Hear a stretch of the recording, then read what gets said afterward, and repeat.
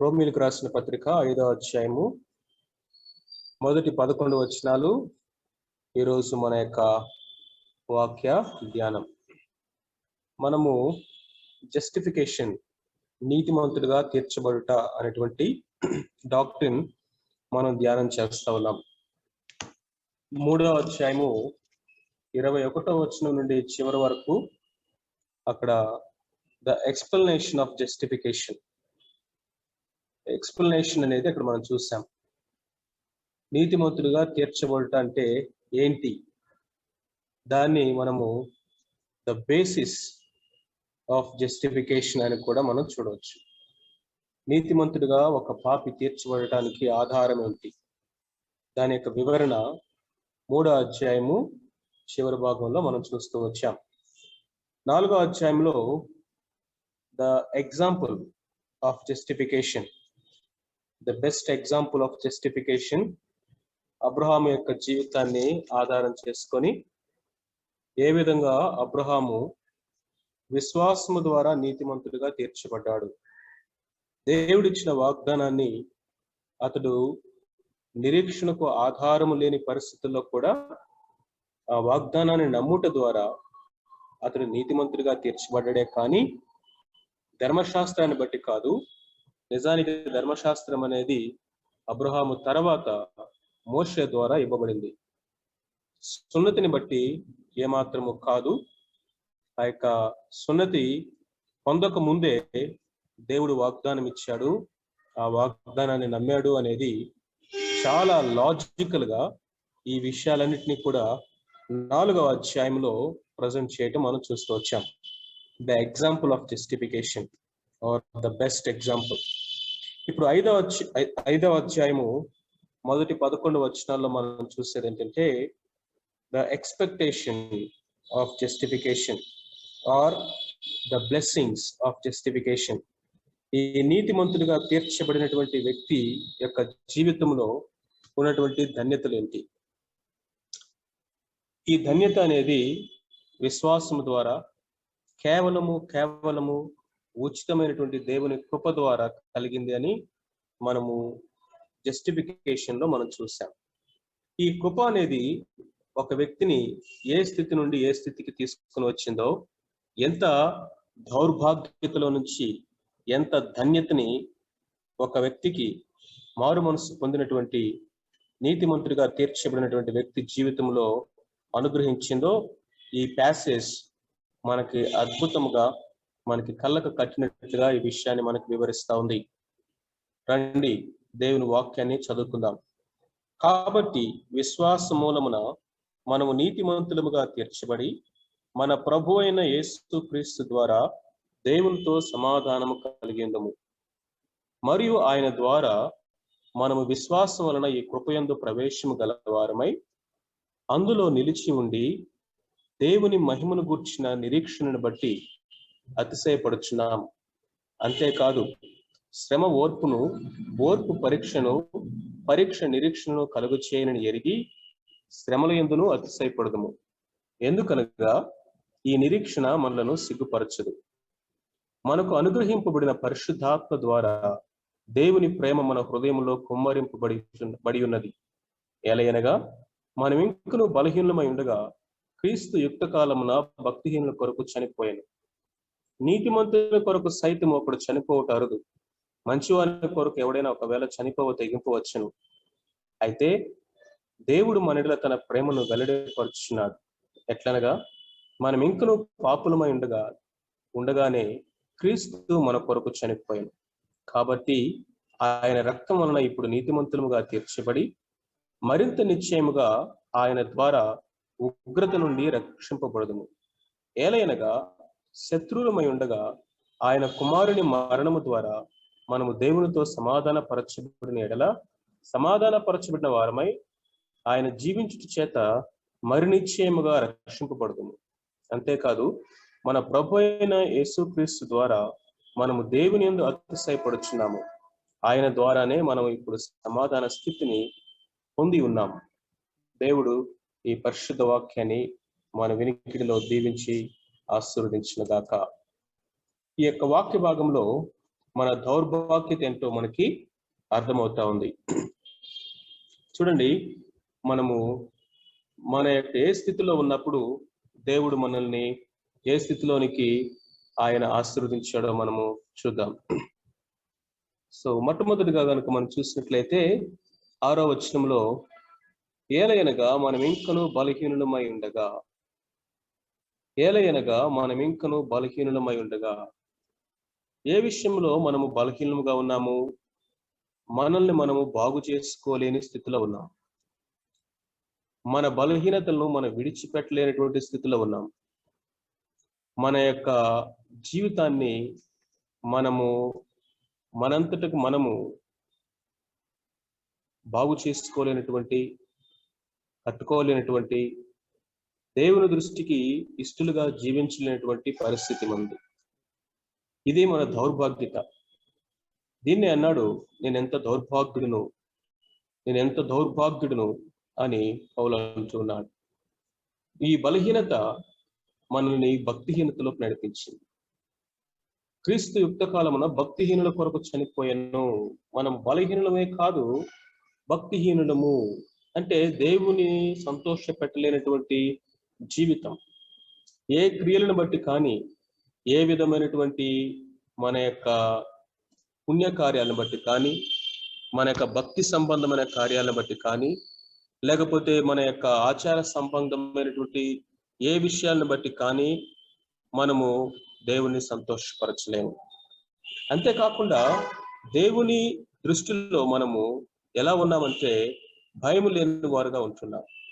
దేవుని ఎరగలేనటువంటి, దేవుని గురించినటువంటి సరైన అవగాహన లేనటువంటి వారిగా మనం ఉన్నామని దేవుని యొక్క వాక్యం సెలవిస్తా ఉంది. కాబట్టి మొట్టమొదటిగా మనము బలహీనులమై ఉండగా, రెండవది మనము భక్తిహీనులమై ఉండగా, ఇది మన యొక్క దౌర్భాగ్యమైనటువంటి పరిస్థితికి ఎంతో అద్దం పడుతున్నటువంటి ఆ యొక్క మాటలుగా మనం చూస్తా ఉన్నాం. మూడవదిగా కనుక మనం చూసినట్లయితే, మనం ఇంకను పాపులమై ఉండగా, 8వ వచనము, అయితే దేవుడు మన ఎడల తన ప్రేమను వెల్లడిపరుచున్నాడు. ఎట్లనగా, మనం ఇంకను పాపులమై ఉండగానే క్రీస్తు మన కొరకు చనిపోయాను. ఎప్పుడు యేసు క్రీస్తు ప్రభువారు మన కొరకు చనిపోయాడు అంటే, మనం ఇంకను పాపులమై ఉండగానే, పాపులమై ఉండగా అంటే అర్థం ఏంటంటే, దేవుని యొక్క ఆ యొక్క మహిమను పొందలేనటువంటి స్థితిలో, come short of the glory of God, come short of the standards of God, దేవుని యొక్క విలువలను ఎప్పటికీ కూడా ఎన్నటికీ కూడా చేరుకోలేనటువంటి పడిపోయినటువంటి స్థితి. Missing the mark, always missing the mark, always failure, always alienated away from God. అది దాని అర్థం. పాపము అనే అర్థం ఏంటంటే మిస్సింగ్ ద మార్క్. ఒక 10 టైమ్స్ ఒక యారో తీసుకొని, ఒక బౌ తీసుకొని యారో వేస్తా ఉన్నాం అనుకోండి, ఆ కరెక్ట్ గా ఉన్నటువంటి మధ్యలో ఉన్న బుల్స్ అని అది టచ్ చేయాలి. 10 సార్లు అది మిస్ అయింది అనుకోండి, అంటే అర్థం ఏంటి? Come short of the standards, come short of the origin. ఒక గన్ తీసుకొని షూట్ చేస్తా ఉన్నాం, కరెక్ట్ గా మధ్యలో ఉన్నటువంటి ఆ రెడ్ ఆ యొక్క డాట్ ని అది టచ్ చేయాలి బుల్లెట్.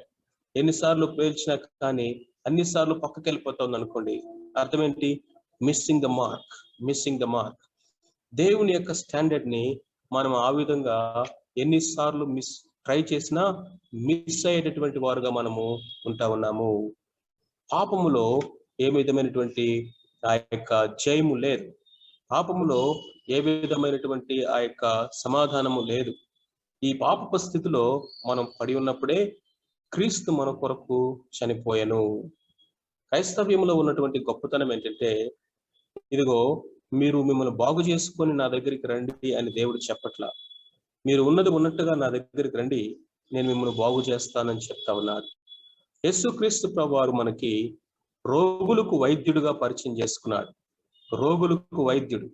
కాబట్టి వైద్యుడు ఎవరికి అవసరం అంటే రోగులకే వైద్యుడు అవసరము. కాబట్టి మనం అందరము కూడా ఈ పాప స్థితిలో ఉన్నప్పుడు ఆయన క్రీస్తు మన కొరకు చనిపోయాను.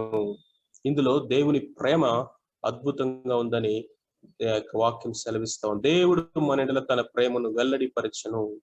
ఈ ప్రేమ వెల్లడైనటువంటి ప్రేమ, demonstrated love. It is not only defined love, but it is a demonstrated love. ఈ లోకంలో ప్రేమ అంటే ఏంటో చాలా మంది చెప్పొచ్చు గొప్పగా, కానీ ప్రేమ అంటే ఏంటో చూపించడం అనేది చాలా కష్టం. ప్రేమ అనేదాన్ని ఆయన అద్భుతంగా ప్రదర్శించాడు. దేవుడు తన కుమారుణ్ణి కలువరి శిలువలో బలిగా అర్పించడం ద్వారా తండ్రి మనడలెట్టి ప్రేమ కలిగి ఉన్నాడో చూపించాడు. కుమారుడు మన నిమిత్తమై సమస్తాన్ని ఆయన విడిచిపెట్టి ఆ శిలువ మీద ఆయన తన ప్రాణాన్ని బలిగా అర్పించడం ద్వారా మనల్ని ఆయన ఎంతగా ప్రేమిస్తా ఉన్నాడో ఆయన కనపరిచాడు. కాబట్టి దేవుడు మనడల తన ప్రేమను వెల్లడిపరచను. ఎలాంటి వారి పట్ల? 4వది చూస్తే, మనము శత్రువులమై ఉండగా, మనం బలహీనులమే కాదు, భక్తిహీనులమే కాదు, పాపులమే కాదు, మనము శత్రువులుగా ఉన్నాము. అల్టిమేట్ గా ఈ పాపము దేవునితో వైరం తీసుకొని వచ్చింది. దేవునితో శత్రుత్వము. పాపులమై ఉండగా అంటే అర్థం ఏంటంటే, మనము దేవునికి వైరి అయినటువంటి, దేవునికి విరోధి అయినటువంటి, అపవాది అయినటువంటి వాడికి మనం బానిసలమైపోయాము. ఎప్పుడైతే మనము దేవుని పిల్లలుగా ఉండవలసిన, కుమారులుగా ఉండవలసిన వారము, మనము దాసులుగా అయిపోయాం. దేవుని రాజ్య సంబంధులుగా ఉండవలసిన వాటి మనము అపవాది సంబంధమైనటువంటి రాజ్యవాసులుగా అయిపోయాం. Prince and princesses, kings and royal priesthood గా ఉండవలసినటువంటి మనము ఇదిగో ఆ యొక్క అంధకార సంబంధమైన అధికారం కింద బానిసలుగా ఉంటూ ఉన్నాం. కాబట్టి దేవునితో వైరం, శత్రుత్వంలో ఉన్నాం మనం.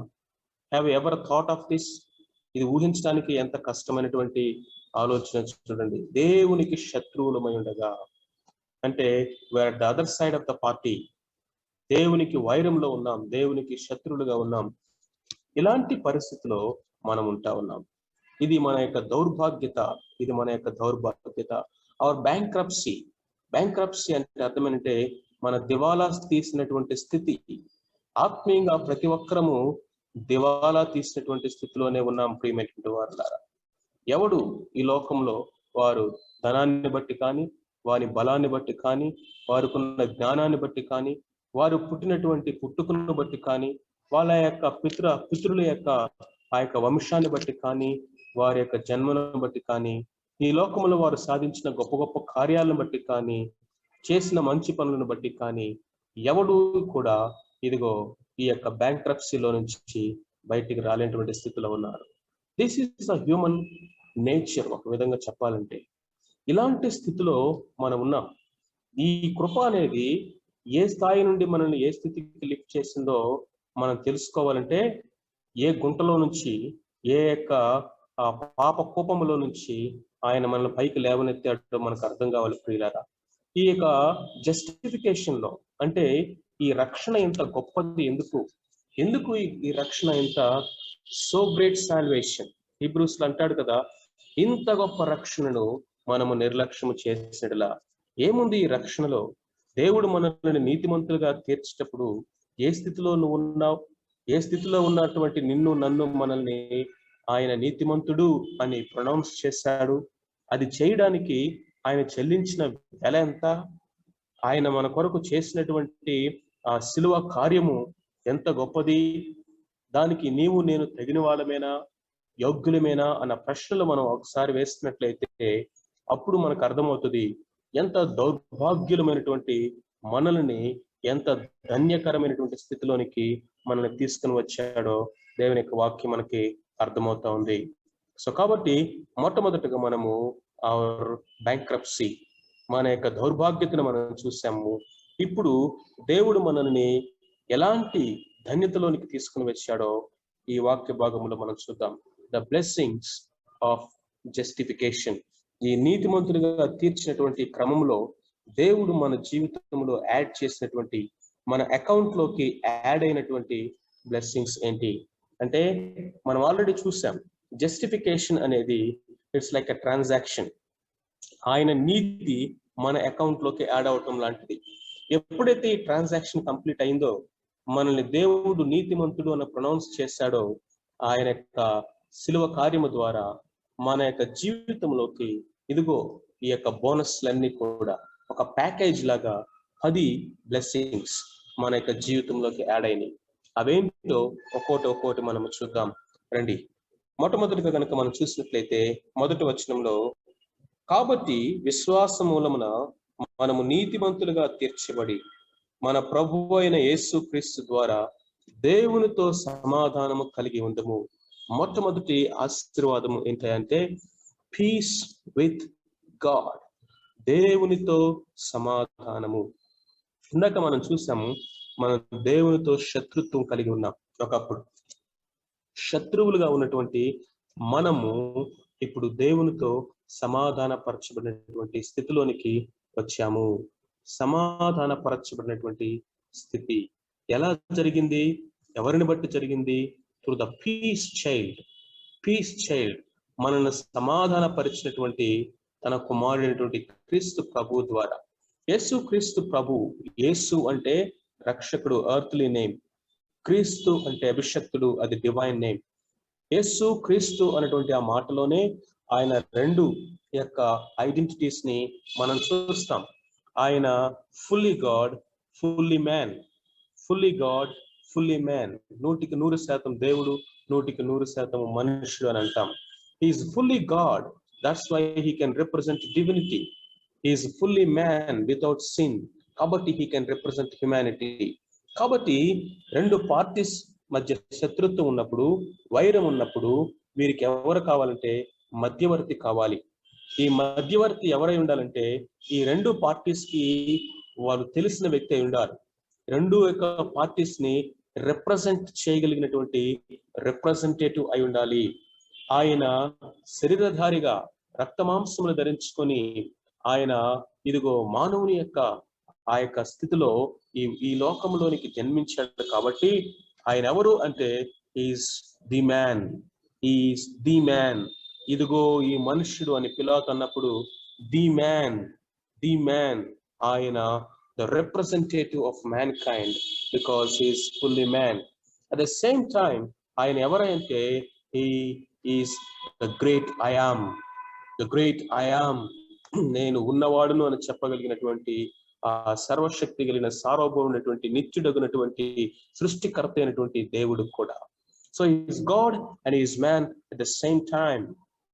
God living in the human flesh. కాబట్టి ఇప్పుడు తండ్రి అయినటువంటి ఆ దేవునితో మనల్ని సమాధానపరచగలిగినటువంటి పర్ఫెక్ట్ ఈ మ్యాన్ అండ్ గాడ్ ఎవరంటే యేసు క్రీస్తు ప్రభువారు. ఇది ఎలా జరిగింది? ఆ శిలువ కార్యము ద్వారా జరిగింది. ఆ కలువరి శిలువ మీద ఆయన మనందరి యొక్క ఉగ్రత, లేకపోతే దేవుని ఉగ్రత, దేవుని మన యొక్క శత్రుత్వము, దాని వలన వచ్చినటువంటి పాపం వలన వచ్చినటువంటి అది మొత్తాన్ని కూడా ఆ గిన్నెను ఆయన తీసుకోవటము ద్వారా తండ్రి యొక్క ఇదిగో నీతి, తండ్రి యొక్క జస్టిస్ అనేది నెరవేర్చబడింది. ఆ విధముగా చేయటము ద్వారా ఇదిగో దేవుడు ఏమయ్యాడు? యేసు క్రీస్తు ప్రభువారు ఏమయ్యాడంటే he is our just and he's our justifier. ఆయన మన నీతి అయ్యాడు, అంతేకాకుండా మనల్ని నీతిమంతులుగా తీర్చువాడు కూడా ఆయనే అయ్యాడు. Have you understood this? He is our just and he's our justifier. మన నీతి ఆయనే, మనకు ఆ నీతిని ఆపాదించింది ఆయనే. ఎందుకంటే ఆయన మనకు నీతి అగునట్లు ఆయన శిలువ మీద బలియాగమయ్యాడు. అంతేకాకుండా ఆయన 3వ దినమున తిరిగి లేచుట ద్వారా ఆ నీతిని మనందరికీ ఆపాదించగలిగినటువంటి ఆ యొక్క జడ్జిగా ఆయన నిలబడ్డాడు. సో కాబట్టి దేవునితో సమాధాన స్థితి ఇప్పుడు అబ్బా తండ్రి అని పిలవగలిగినటువంటి స్థితి.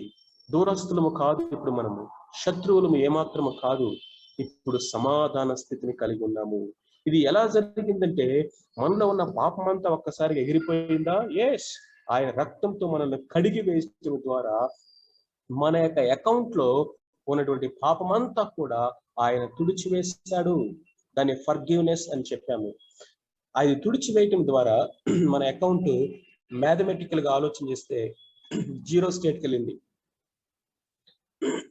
అది 0 స్టేట్కి వెళ్ళటమే కాదు, కానీ ఇప్పుడు ఆయన మనకు నీతిని యాడ్ చేయటం ద్వారా మనము ఇన్ఫైనైట్ గా ఆయన నీతిని మనము స్వతంత్రించుకున్నాము. ఆపాదించబడింది ఆ నీతి మనకి. కాబట్టి దేవుడు మనల్ని చూసినప్పుడు త్రూ జీసస్ క్రైస్ట్ మనల్ని చూస్తాడు. ఇన్ క్రైస్ట్ మనల్ని చూస్తాడు. మనము ఆయన నామమును వహించిన వారము, ఆయన రక్తం చేత కడగబడిన వారము, ఆయన ఆత్మ చేత ముద్రించబడినటువంటి వారము. అంతేకాకుండా ఆయన యొక్క రక్తములో కడగబడినటువంటి వారము. కాబట్టి when God the Father, holy, holy, holy, holy God, looks at us, he looks us through, in and through Jesus Christ. When he looks us through Jesus Christ, you and I are fully justified. మనము నీతిమంతులముగా కనపడతాము. కాబట్టి దేవునితో మనకి సమాధాన స్థితిని మనం కలిగిన వారుగా ఉన్నాం. రెండవది కనుక మనం చూసినట్లయితే 2వ వచనములో ఇక్కడ చూడండి, మరియు ఆయన ద్వారా మనము విశ్వాసం వలన ఈ కృపయందు ప్రవేశము గలవారమై.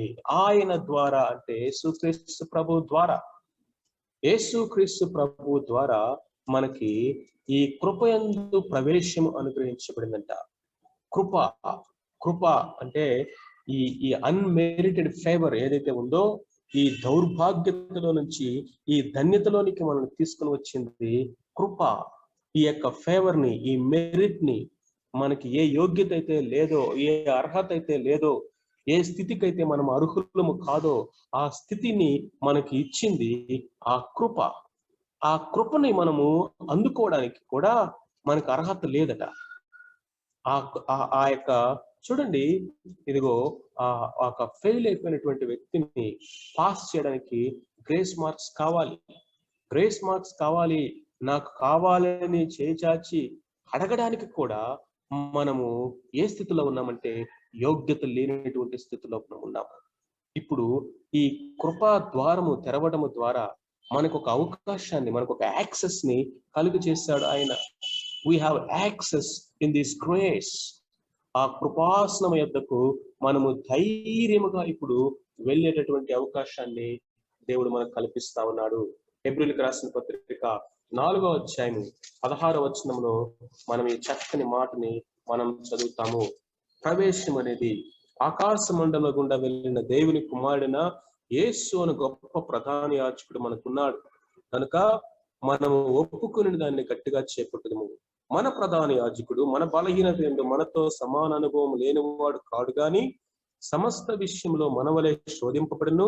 ఆయన పాపము లేనివాడుగా ఉండెను కనుక మనము కనికరింపబడి సమయోచితమైన సహాయము కొరకు కృప పొందినట్లు ధైర్యముతో కృపాసనం యొద్దకు చేరుదము. ఇక్కడ అంటాడు, we have access to the throne of grace with confidence. We have access to the throne of grace. ఆ కృపా ద్వారం యొద్దకు, ఇదిగో కృపాసనం యొద్దకు మనకు ప్రవేశము అనుగ్రహించబడింది. అంటే జస్ట్ ఇమాజిన్, ఇంగ్లాండ్ రాణి ఉన్నారనుకోండి, లేకపోతే ప్రిన్స్ ఉన్నారనుకోండి, కింగ్స్ ఉన్నారనుకోండి, వాళ్ళు ఎక్కడుంటారు?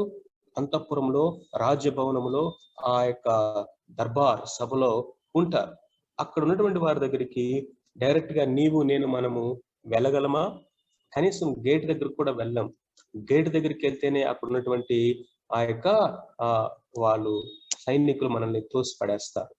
ఇప్పుడు అసలు అలాంటి ఏ ఎన్నిక లేనటువంటి, ఏ అపాయింట్మెంట్ లేనటువంటి, ఏ విధమైన రికమెండేషన్స్ లేనటువంటి, ఏ విధమైన గుర్తింపు లేనటువంటి దౌర్భాగ్యుడమైనటువంటి మనకి ఆ రాజు దగ్గరికి వెళ్ళేటటువంటి ప్రవేశము ఎలాగ వస్తుందండి? ఎవరిస్తారు? మనం ఏదైనా మంచి పనులు చేసి సాధించగలమా? గొప్ప గొప్ప కార్యాలు చేసి డైరెక్ట్ ఇన్విటేషన్ రాజు నుంచి పొందుకోగలిగినటువంటి గొప్ప కార్యాలు మనం ఏమైనా చేయగలమా? అలాంటి రికగ్నైజేషన్ మనం ఏమైనా ఇవ్వగలమా అంటే నో. మనము సాధించుకోలేనటువంటి ప్రవేశం మనకి ఎలా జరిగింది? దాన్నే కృప అన్నాం. కృప ద్వారా. ఎవరి ద్వారా అంటే ఆయన ద్వారా, విశ్వాసము వలన, ఆయన ద్వారా, యేసు క్రీస్తు ప్రభు ద్వారా, ఆయన యందు మన విశ్వాసం ఉంచటం ద్వారా ఇప్పుడు ఆయన చేయి పట్టుకొని మనల్ని డైరెక్ట్ గా తీసుకెళ్లిపోయాడు, సింహాసనం దగ్గర తీసుకెళ్లిపోయాడు. సభలో కూడా కాదు, గేట్ దగ్గర కూడా కాదు, డైరెక్ట్ సింహాసనం దగ్గరికి తీసుకెళ్ళిపోయాడు. ఇప్పుడు చూడండి, just imagine before your eyes, ఒక్కసారి ఊహించుకోండి, ఆ గేట్ దగ్గర ఈడ్చి బయటపడేస్తే నిన్ను, అక్కడ కూర్చొని ఏడుస్తా ఉన్నావు, ఈ దౌర్భాగ్యుడికి లోపలికి వెళ్ళే ప్రవేశం లేదా అని. ఇంతలోకి వచ్చాడు రాజకుమారుడు, ఏకైక కుమారుడు యేసుక్రీస్తు ప్రభువారు. ఆయన దగ్గరకు వెళ్ళగానే ఆయన కాళ్ళ మీద పడ్డావు, నీ దౌర్భాగ్యతను ఒప్పుకున్నావు, క్షమించమని అడిగావు. ఇప్పుడు వెంటనే ఆయన నీ మురికి వస్త్రాలను తీసివేసి, మురికి గుడ్డలను తీసివేసి, తన నీతి రక్షణ ప్రశస్తమైనటువంటి రాజవస్త్రాలు ధరింపచేసి నీ చేయి పట్టుకున్నాడు, నాతో కలిసి నడువు అన్నాడు. ఇప్పుడు ఏ సిపాయి ఆపుతాడు నిన్ను? ఏ గేట్ ఆపుతుంది నిన్ను? నువ్వు నడుచుకుంటూ వెళ్తా ఉంటే ఇదిగో నీకు కూడా సెల్యూట్లు కొడుతున్నారు అందరు కూడా. స్ట్రైట్ ఫార్వర్డ్ గా రాజు యొక్క సింహాసనం దగ్గరికి నేను తీసుకుని వెళ్ళగలడు. That's the beauty of this word. కృపయందు ప్రవేశము మనకి ఎలా కలిగిందంటే ఆయన ద్వారా కలిగింది. He is the mediator, through him, only through him. ఆయన ద్వారా, లేకపోతే ఆయన చూపు కూడా మన మీద పట్టడానికి మనం అర్హులం కాదు, యోగ్యులము కాదు. ఎంత దౌర్భాగ్యులము, బలహీనులము, భక్తిహీనులము, పాపులము, శత్రువులము. ఈ శత్రువు అయినటువంటి వాడికి ప్రవేశం అండి. ఈ శత్రువుగా ఉన్నటువంటి వాడికి దేవునితో సమాధాన స్థితిని, ఇదిగో సమాధానము కలిగినటువంటి పరిస్థితి దొరికింది. ఇది జస్టిఫికేషన్ అంటే. నీతిమంతులుగా ఆయన నిన్ను తీర్చాడో లేదో, you are reconciled with the father, you got access in this grace. తర్వాత ఏదో ఊరికే విజిటింగ్ లాగా అట్లాగే వెళ్ళి దూరం నుంచి ఒక గ్లిమ్స్ చూసేసి మళ్ళీ బయటికి పరిగెత్తుకుంటూ బయటికి నెట్టివేయబట్టం కాదు. కృపలో ప్రవేశమే కాకుండా కృపలో నిలిచి ఉండుట. This is not just like a one time experience, it is a daily experience. ఎందుకో తెలుసా? ఇప్పుడు నిన్ను ఆ కృపాసనం దగ్గరికి ధైర్యముతో నిన్ను వెళ్ళేటువంటి అనుగ్రహాన్ని, కృపను నీకు అనుగ్రహించిన ఈ గొప్ప ప్రధాన యాజకుడు, ఈ మధ్యవర్తి, దేవునికి మనుషులకి మధ్యవర్తి వహించేవారు ప్రధాన యాజకుడు. మన ప్రధాన యాజకుడు భూ సంబంధమైనటువంటి ప్రధాన యాజకుడు కాదు, ఆకాశ మండలము గుండా ఎక్కి వెళ్ళిన ప్రధాన యాజకుడు. ఈ ప్రధాన యాజకుడు ఎక్కడున్నాడంటే తండ్రి దగ్గరే ఉన్నాడు, కుడిపార్శ్వమున ఆసీనుడై ఉన్నాడు. ఇప్పుడు ఆయన మనకు మధ్యవర్తి. ఆయన ద్వారా ఈ కృపలోనికి ప్రవేశము కలిగి ఉండటమే కాకుండా కృపలో నిలిచి ఉండుట. కృపలో నిలిచి ఉండుట అన్న మాటని మనం చూస్తా ఉన్నట్లయితే, ఈ కృప ఎన్నడూ మారనిది, తగ్గిపోని కృప, తగ్గిపోదు. There is no limitation for this grace as far the time is concerned, as far as the capacity and the amount is concerned. No, ఈ కృపలో మనము నిలిచి ఉండటము అంటే, అలాంటి ఇదిగో దౌర్భాగ్యుడైనటువంటి మనల్ని ఆ ప్రవేశం మాత్రమే కాకుండా అక్కడే నువ్వు ఎక్కడుంటావు ఇప్పుడంటే రాజు సముఖమున. ఎక్కడుంటావు ఇప్పుడంటే రాజు బల్ల దగ్గరే. ఎక్కడుంటావు నువ్వు అంటే రాజు యొక్క ముఖ దర్శనం చేస్తూ. ఏమైనా పిలుస్తావు ఇప్పుడు ఆ రాజునంటే? అబ్బా, తండ్రి, నాయనా అని పిలుస్తూ దత్తపుత్రాత్మను అనుగ్రహించబడిన వారిగా ఇదిగో ఆ యొక్క రాజ్య భవనంలో ఉండేటువంటి కృప. ద బెస్ట్ ఎగ్జాంపుల్ ఎక్కడో తెలుసా? మెఫీబోషెత్.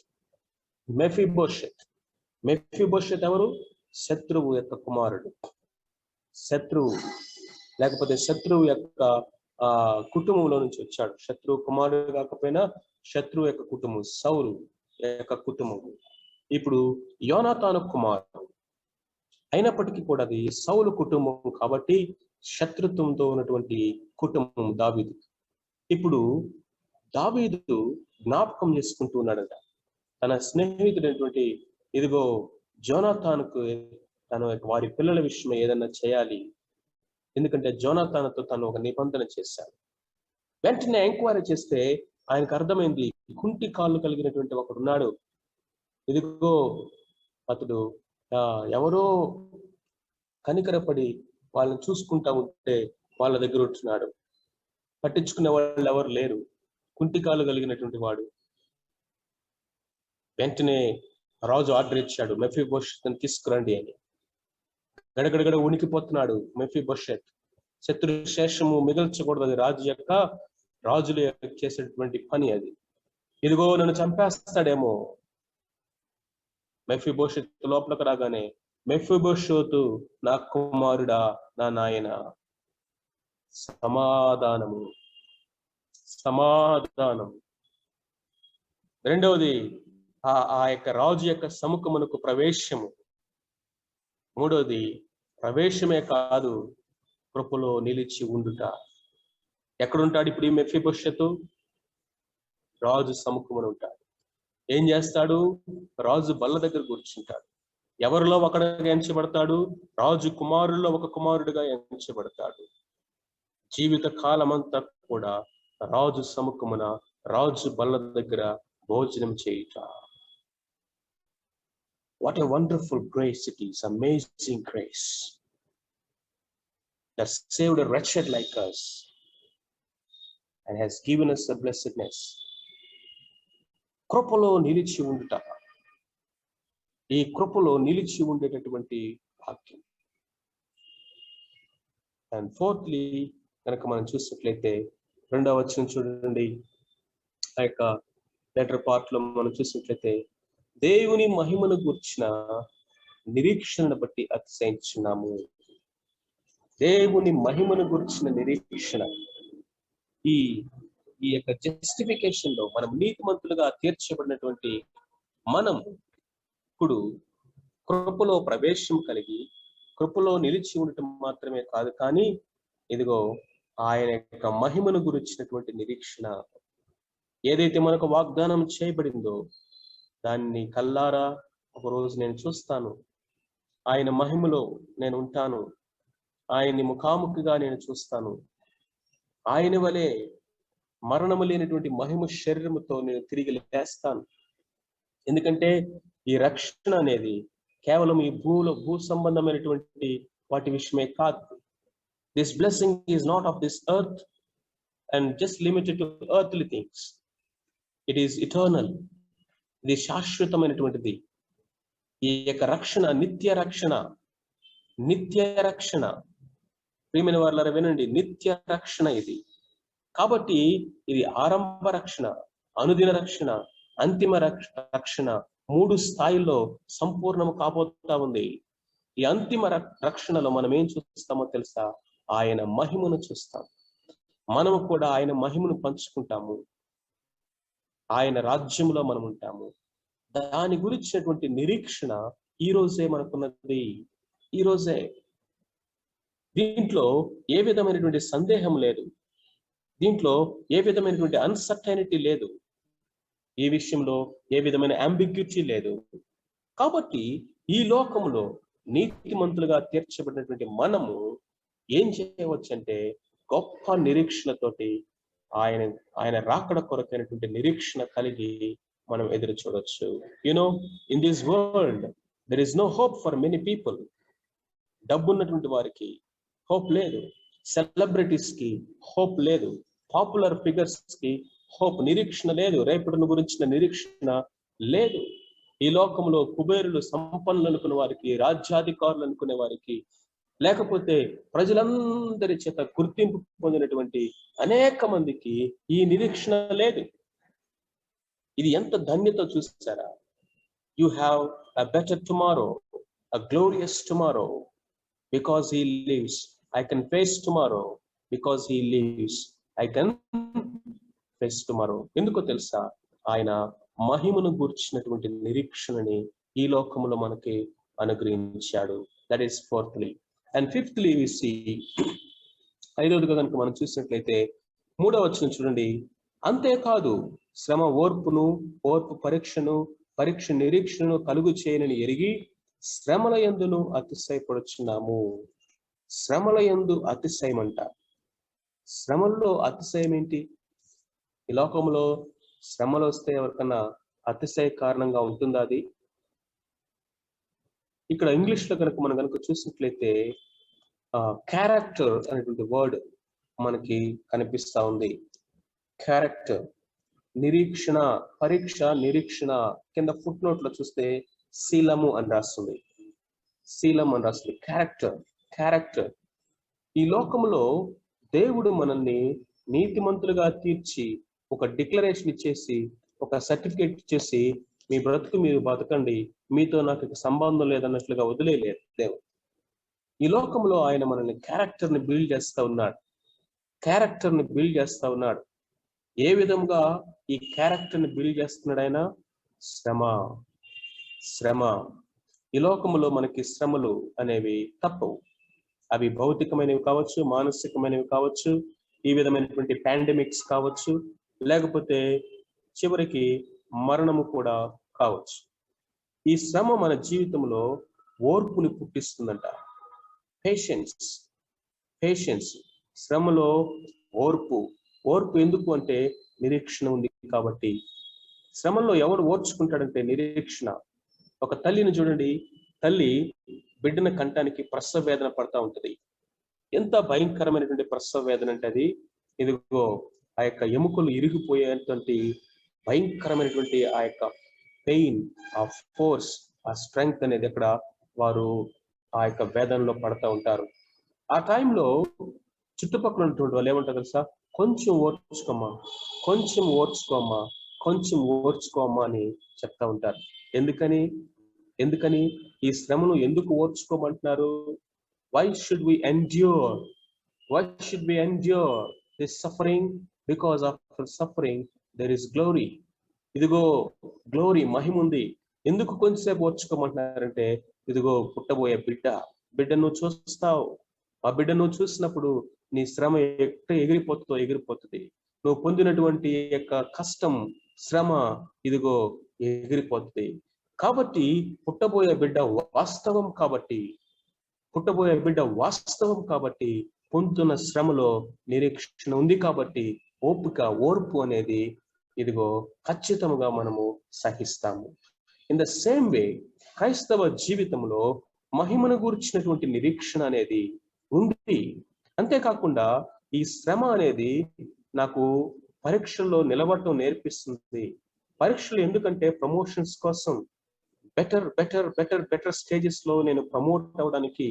ఈ పరీక్షల్లో నేను నెగ్గుతూ ఉన్నప్పుడు నా గుణశీలత, నా క్యారెక్టర్ అనేది క్రీస్తు ప్రభు యొక్క రూపంలోనికి మార్చబడతా ఉంటుంది. మోర్ మెచ్యూరిటీలోకి నేను ఎదుగుతూ ఉంటాను. ప్రభు వలె ఈ లోకంలో మరి ఎక్కువగా రోజు రోజుకి జీవించడం అనేది నాకు అలవాటు అవుతుంది. కాబట్టి శ్రమల్లో నేను అతిశయిస్తున్నాను, శ్రమల్లో నేను అతిశయిస్తా ఉన్నాను. ఎందుకు అంటే that helps us to build our Christian character. It is a blessing indeed. It's a blessing indeed. శ్రమల యందు మనం ఎందుకు అతిశయించాలంటే it's a blessing indeed. Because through the furnace ఆ యొక్క బంగారం అనేది శుద్ధి చేయబడుతుంది. Through the refinement crude oil అనేది యూజబుల్ ఫామ్ లోకి వస్తుంది. Through the furnace ఇదిగో ఆ యొక్క మెటల్ అనేది యూజబుల్ ఫామ్ లోకి వస్తుంది. ఆ బొగ్గు, ఆ గనుల్లో నుంచి తీసిన మెటల్ యాజ్ ఇట్ ఈస్ గా యూజ్ చేయలేము.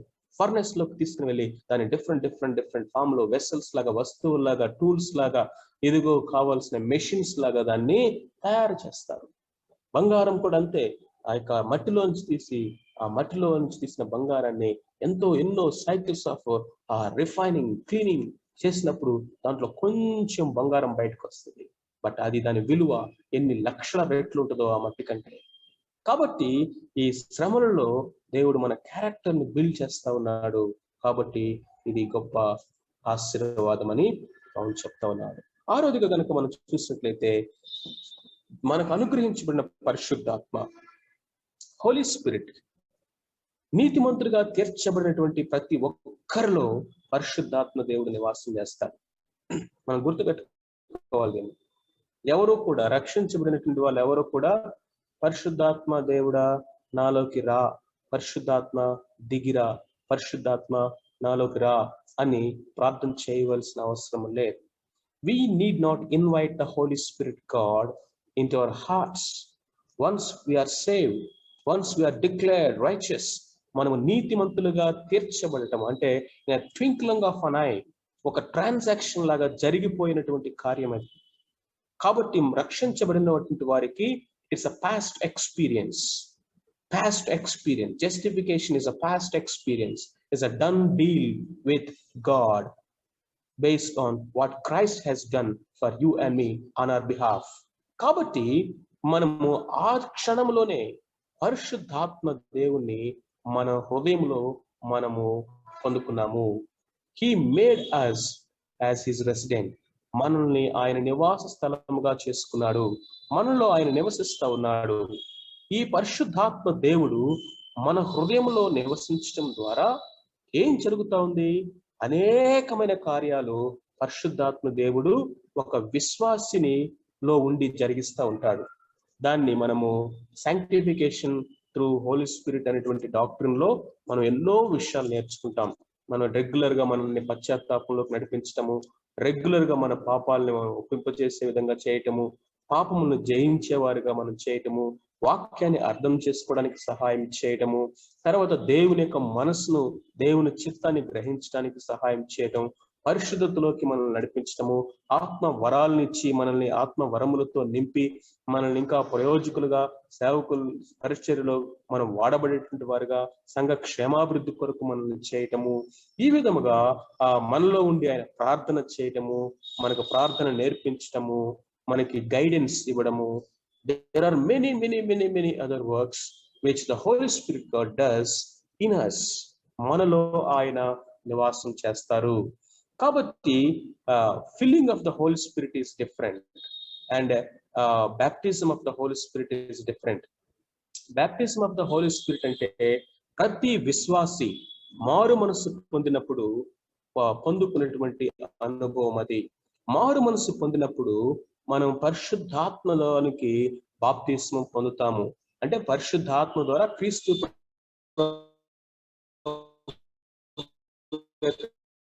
శరీరంలోనికి మనమందరం ద్వారా ఒక్క బాప్తిస్మం పొంది ఉన్నామని కొరింథీ రాసిన మొదటి పత్రిక 12:13 పౌలు అంటున్నాడు. మనమందరము ఒక్క శరీరంలోనికి ఒక్క ఆత్మ ద్వారా బాప్తిస్మం పొందాము. అంటే రక్షించబడినటువంటి వారందరినీ సార్వత్రిక సంఘముగా, ఒక్కటే శరీరముగా చేసేది పరిశుద్ధాత్మ దేవుడు. ఎందుకంటే అందరిలో ఒకే ఆత్మ దేవుడు ఉంటారు కాబట్టి. దాన్నే baptism of the Holy Spirit అని అంటారు. రక్షించబడినటువంటి ప్రతి ఒక్కరూ they are baptized to the Holy Spirit God. ఎందుకంటే మనం అందరము సార్వత్రిక సంఘములోనికి ఒకే ఆత్మ ద్వారా చేర్చబడ్డాము కాబట్టి. Baptism of the Holy Spirit కూడా ఒక ప్రత్యేకమైన అనుభవం కాదు. ఆ అనుభవం కోసం ఎవరు సంవత్సరాలు ఉపవాసాలని ప్రార్థన చేయాల్సిన అవసరము లేదు. అయితే filling of the Holy Spirit, ఆత్మ యొక్క పరిశుద్ధాత్మ దేవుని యొక్క ఆధీనములో, ఆయన యొక్క స్వాధీనములో, ఆయనకి సంపూర్ణమైనటువంటి సబ్మిషన్ లో ఆత్మచేత నడిపించబడేటువంటి ఈ అనుభవం అనేది అది రెగ్యులర్ గా జరుగుతూ ఉండవలసింది, అది కొనసాగించబడేటువంటి కార్యం. ఏది ఏమైనప్పటికీ ఈ ప్రక్రియలన్నీ పరిశుద్ధాత్మ దేవుడు మనలో ఉండి చేస్తూ ఉండగా, అన్నిటికంటే ప్రాముఖ్యమైనది ఏంటంటే పరిశుద్ధాత్మ దేవుడు దేవుని ప్రేమను మన హృదయాల్లో కుమ్మరిస్తాడట. దేవుని యొక్క ప్రేమను మన హృదయాల్లో కుమ్మరిస్తాడు. ఇప్పుడు ఏమవుతుంది? ప్రేమించేటువంటి స్థితిని దేవుడు మనకు అనుగ్రహిస్తా ఉన్నాడు. శత్రువుల్ని ప్రేమించగలగటము, క్షమించగలగటము. ఇదిగో మనం ఎట్టి స్థితిలో ఉన్నటువంటి వారినైనా సరే వారిని చూసినప్పుడు ప్రభు యొక్క ప్రేమ మనలో కార్యసాధకమవుతూ ఉంది. ప్రభు యొక్క ప్రేమ మనలో ఆపరేట్ అవ్వాలి. The love of God must be operated through us. దేవుని యొక్క ప్రేమ మనలో కార్యకారకం అవ్వాలి, మన ద్వారా లోకానికి కనపడాలి. దేవుని ప్రేమలో ఉన్నటువంటి శక్తి, దేవుని ప్రేమలో ఉన్నటువంటి బలము, దేవుని ప్రేమలో ఉన్నటువంటి ఓర్పు, ఆ దేవుని ప్రేమలో ఉన్నటువంటి పరిశుద్ధత, ఆ దేవుని ప్రేమలో ఉన్న క్షమించే గుణము, ఆ దేవుని ప్రేమలో ఉన్నటువంటి దయారసము, ఇదిగో ఆ యొక్క కంపాషన్, ఇవన్నీ కూడా మనలో నుంచి బయటికి కనపడాలి. ఆత్మ ఫలములు అంటే ఇవే.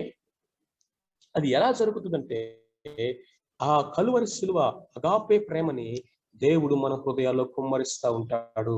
What a blessing it is. అందుకనే మారు మనసు పొందినటువంటి వ్యక్తిలో వచ్చేటువంటి మార్పులు, ఇది ఒకటి. It is a blessing of justification.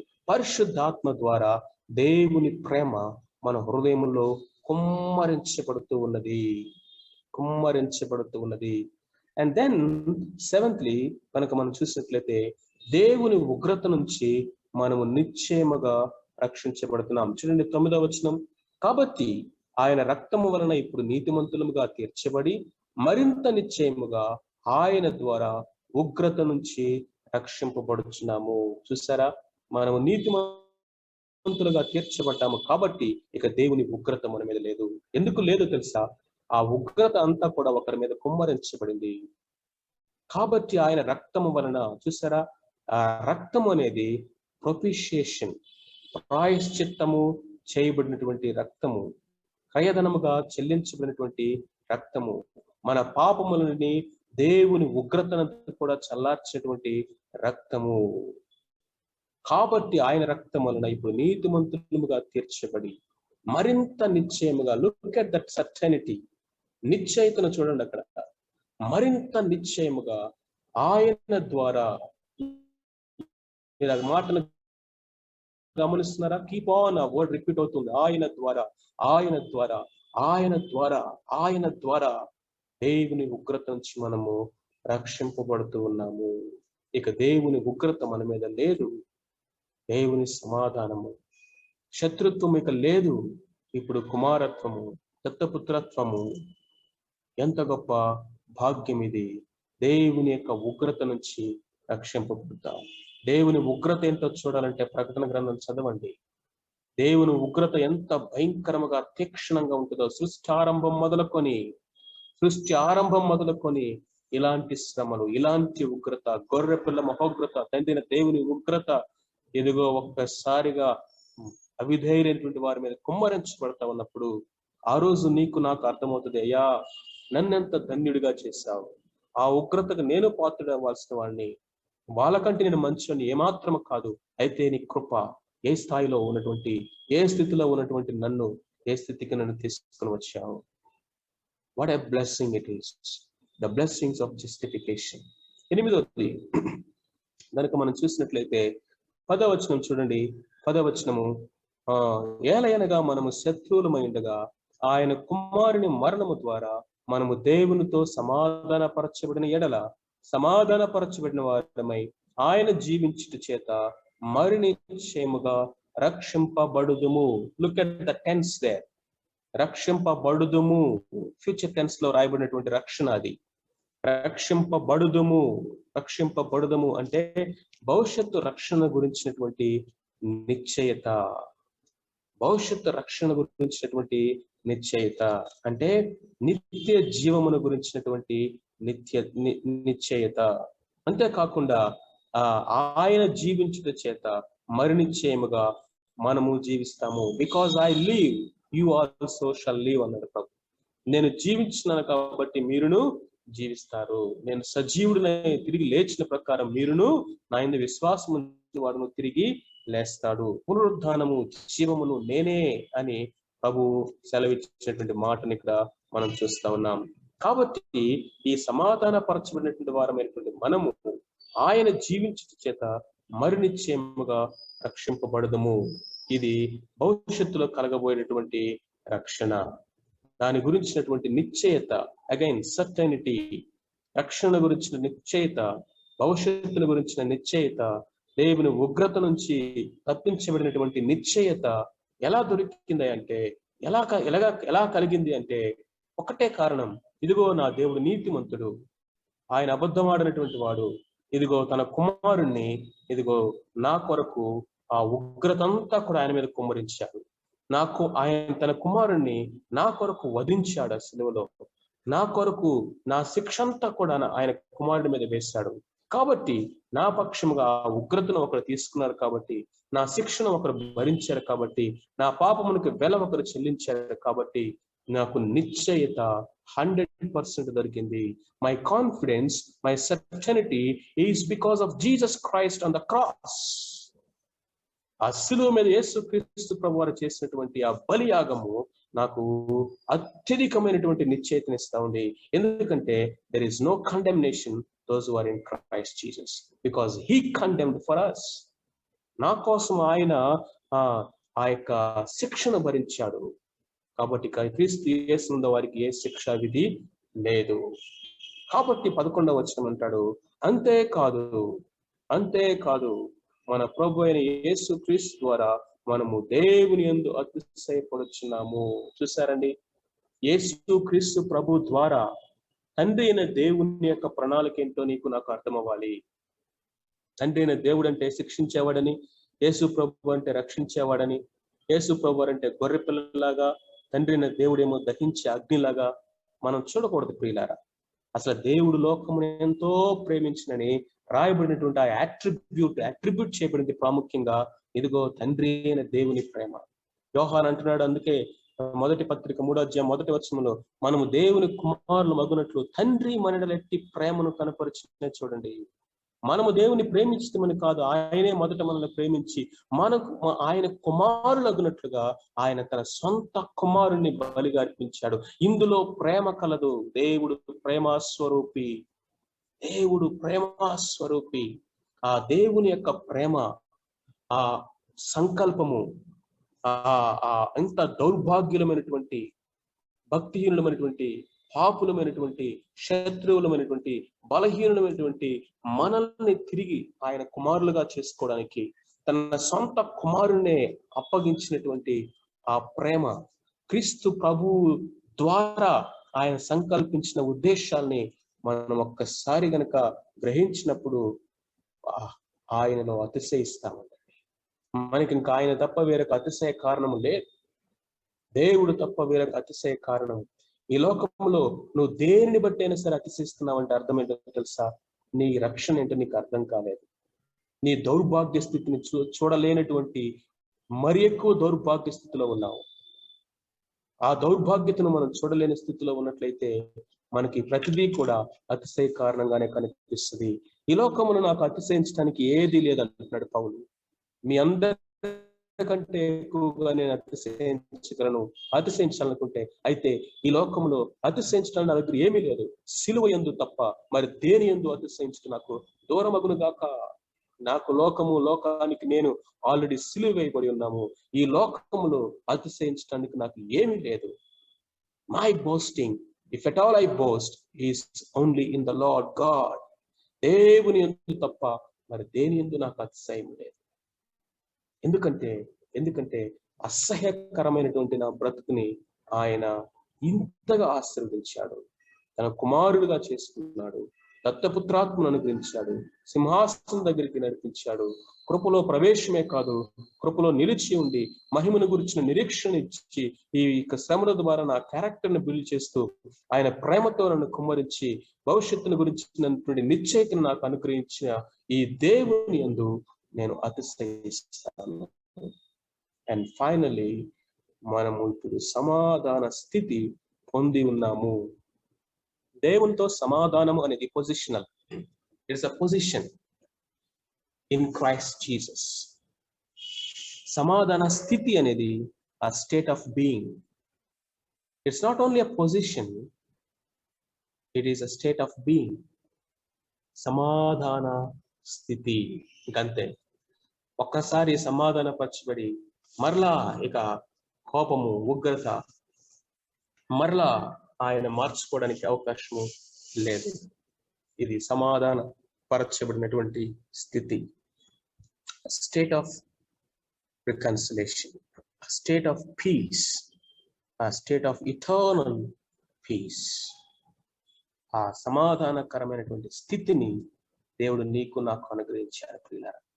అందుకనే మనం పడిపోయిన, బలహీనమైన, మరలా అనేక సార్లు మనము బలహీనతలో పడిపోయినప్పటికీ కూడా తిరిగి మరలా ఎదుగో యేసుక్రీస్తు ప్రభువారు మన కోసము ఆయన మధ్యవర్తిగా మరలా చనిపోవాల్సిన అవసరంలా, మరలా రక్తం గార్చుకోవాల్సిన అవసరంలా, మరలా ఆయన మనల్ని ఆ కృపలో ప్రవేశానికి తీసుకురావాల్సిన అవసరంలా, డైరెక్ట్ గా ఆ తండ్రి దగ్గరికి నేను ప్రవేశాన్ని అనుగ్రహించాను. ఎందుకంటే నువ్వు కుమారుడివే. కుమారుడితో శత్రుత్వం ఎందుకుంటది? బాధపడతాడు మనం పడిపోయినప్పుడు. సంబంధం పోదిక, సమాధానం స్థితి పోద్ది, సంతోషం పోద్ది, కానీ ఆయనతో ఉన్నటువంటి సంబంధం మాత్రము ఇక పోదు. ఏంటి ఆ సంబంధం అంటే సమాధాన సంబంధం. ఇది సమాధాన పరచబడినటువంటి స్థితి. ఇది it is not only a position, but it is also a state. Every minute, every second, unto the eternity we are reconciled with God forever and forever. ఈ స్థితిని మనము ప్రభువు అయినటువంటి యేసుక్రీస్తు వారి ద్వారా పొంది ఉన్నాము. చూసారా, బ్యాంకప్సీ మన యొక్క దౌర్భాగ్యత, రెండవది అవర్ బ్లెస్సింగ్స్ మన యొక్క ధన్యత. ఎలా జరిగింది ఇది? We are justified fully through Calvary's love. ఆ కల్వరి సిలువలో యేసుక్రీస్తు ప్రభువారు నీ కొరకు, నా కొరకు, మనందరి కొరకు చేసిన ఆ బలియాగం ద్వారా, క్రీస్తు ప్రభు ద్వారా, he's our mediator and he's our high priest. He's our God man who represented mankind and divinity at the same time. ఆయన యొక్క రక్తము ద్వారా, ఆయన సిలువ మరణము ద్వారా నీకు నాకు దొరికినటువంటి ఈ రక్షణ ఎంత గొప్పదో మనకు అర్థం కావాలి. నీతిమంతులుగా తీర్చి ఉంటాము. 10 blessings, 10-fold blessings. అవన్నీ ఒక్క సింగిల్ ట్రాన్సాక్షన్ లో మొత్తం నీ అకౌంట్ లోకి యాడ్ అయిపోయినాయి. For ever unto the eternity we are reconciled with God. ఎంత గొప్ప ధన్యత ఇది! ఈ కృపను నువ్వు ఎరుగుదువా? ఆ కృప యొక్క మహోన్నత్వం ఏంటో నీకు అర్థమైందా? ఎప్పుడు అర్థమవుతుందో తెలుసా? నా దౌర్భాగ్యత ఏంటో నాకు అర్థమైనప్పుడు, నేనెంత నీచమైన స్థితిలో ఉన్నప్పుడు నన్ను ఆయన ప్రేమించాడో, ఏ స్థితిలో నుండి ఏ స్థితిలోకి నన్ను తీసుకొచ్చాడో ఎరిగినప్పుడు, నీవు నేను కూడా పౌరుతో పోటీ పడి మరి పాపుల్లో నేనే ప్రధానుడంటే నేనే ప్రధానుడని చెప్పి, ఇదిగో ఆ కృప యొక్క మహోన్నత్వాన్ని మనం అర్థం చేసుకోగలుగుతాం. అట్టి కృపను దేవుడు మనకు జీవిత కాలమంతా అనుగ్రహించి, ఈ కృపతో మనం జీవిస్తూ తండ్రిని మహిమపరిచినట్లు, ఆయన పోలికలోనికి మరి ఎక్కువగా అనుదినము మార్చబడుటకు ఈ రక్షణను మిక్కిలి భయముతో వణుకుతో కొనసాగించుకోవడానికి కృపను దేవుడు మనకి అనుగ్రహించును గాక. ఆమేన్.